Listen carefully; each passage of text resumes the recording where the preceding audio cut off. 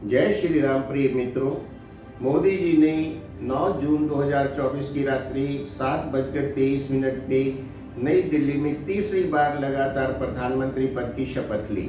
अब तरह तरह के सवाल उठ रहे हैं, क्या ये एनडीए की सरकार 5 साल पूरे कर पाएगी या नहीं।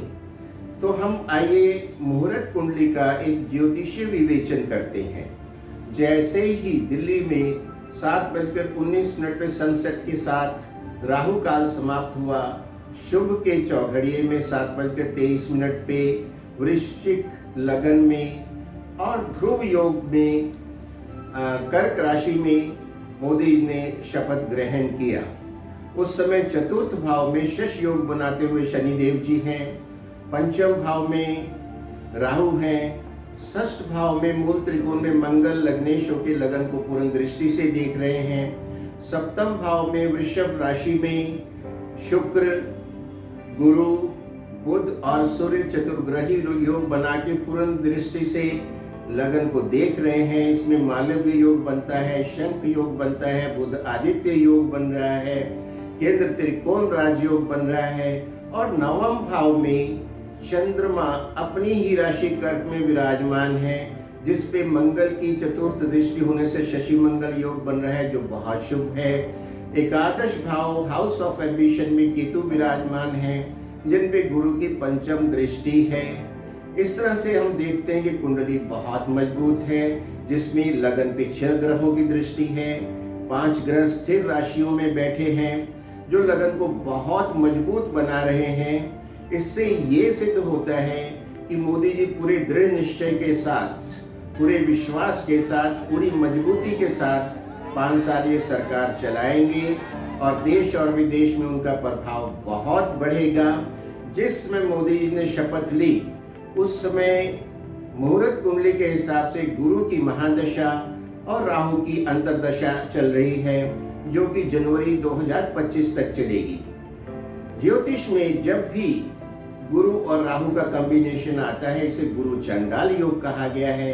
राहु जो है अपोजिशन को इंडिकेट करता है, जो कि यह दिखा रहा है कि अपोजिशन बहुत ही नकारात्मक रवैया अपनाएगा, कुतर्क और अन्याय संगत बातें करेगा मोदी जी का विरोध करने के लिए, और मोदी जी का विरोध करते करते वो देश का विरोध भी करते चले जाएंगे, जो कि देश के हित में नहीं है।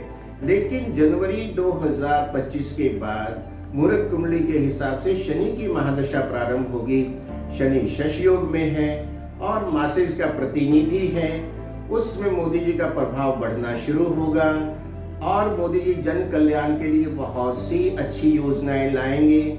मोदी जी की चतुर्थ ढैया चल रही है, जो कि मार्च 2025 में समाप्त हो जाएगी।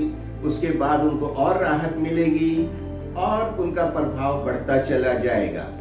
और भारत का जो आर्थिक विकास है वो मालव्य योग, लक्ष्मी नारायण योग, शशि मंगल योग की वजह से बहुत अधिक होगा। और जो हमारा टारगेट है कि विश्व की तीसरी आर्थिक शक्ति बनना है, वो अचीव हो जाएगा।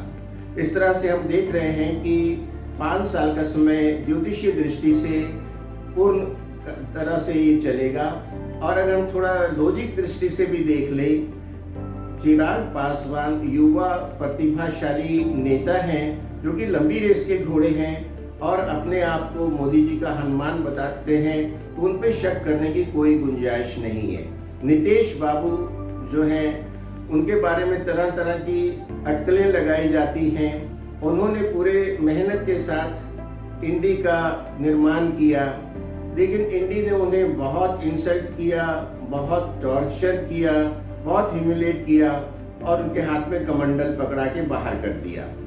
इससे वो बहुत निराश हुए, लेकिन मोदी जी ने उनका हाथ थामा, उनके कमंडल को आशाओं से और मान सम्मान से भर दिया। फलस्वरूप बिहार के मुख्यमंत्री होते हुए आज वो केंद्र सरकार के सहभागी भी हैं और इस अवस्था में वो मोदी जी को छोड़ें, अब ऐसा हो नहीं सकता।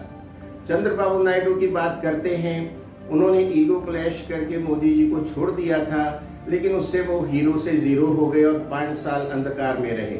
जैसे ही वो एनडीए में वापस आए, प्रचंड बहुमत से जीते हैं, आंध्रा के मुख्यमंत्री के साथ साथ केंद्र सरकार में भी सहभागी हो गए हैं वो बड़े उद्योगपति हैं। मीडिया से मुझे पता लगा कि उनके कंपनियों के मार्केट वैल्यू लगभग 800 करोड़ रुपए बढ़ गई है। अगर 5 दिनों में वो इतनी बढ़ गई है तो 5 सालों में तो वो हजारों करोड़ों में बढ़ेगी। इसलिए नायडू साहब का अपना औद्योगिक और राजनीतिक इंटरेस्ट है, वो भी मोदी जी का साथ नहीं छोड़ेंगे। और इस तरह से हम देखते हैं सरकार पूरी मजबूती के साथ चलेगी और अपना कार्यकाल पूरा करेगी। इसी तरह की और वीडियो देखते रहने के लिए चैनल को लाइक करें, सब्सक्राइब करें और बेल बटन दबाएं। जय श्री राम।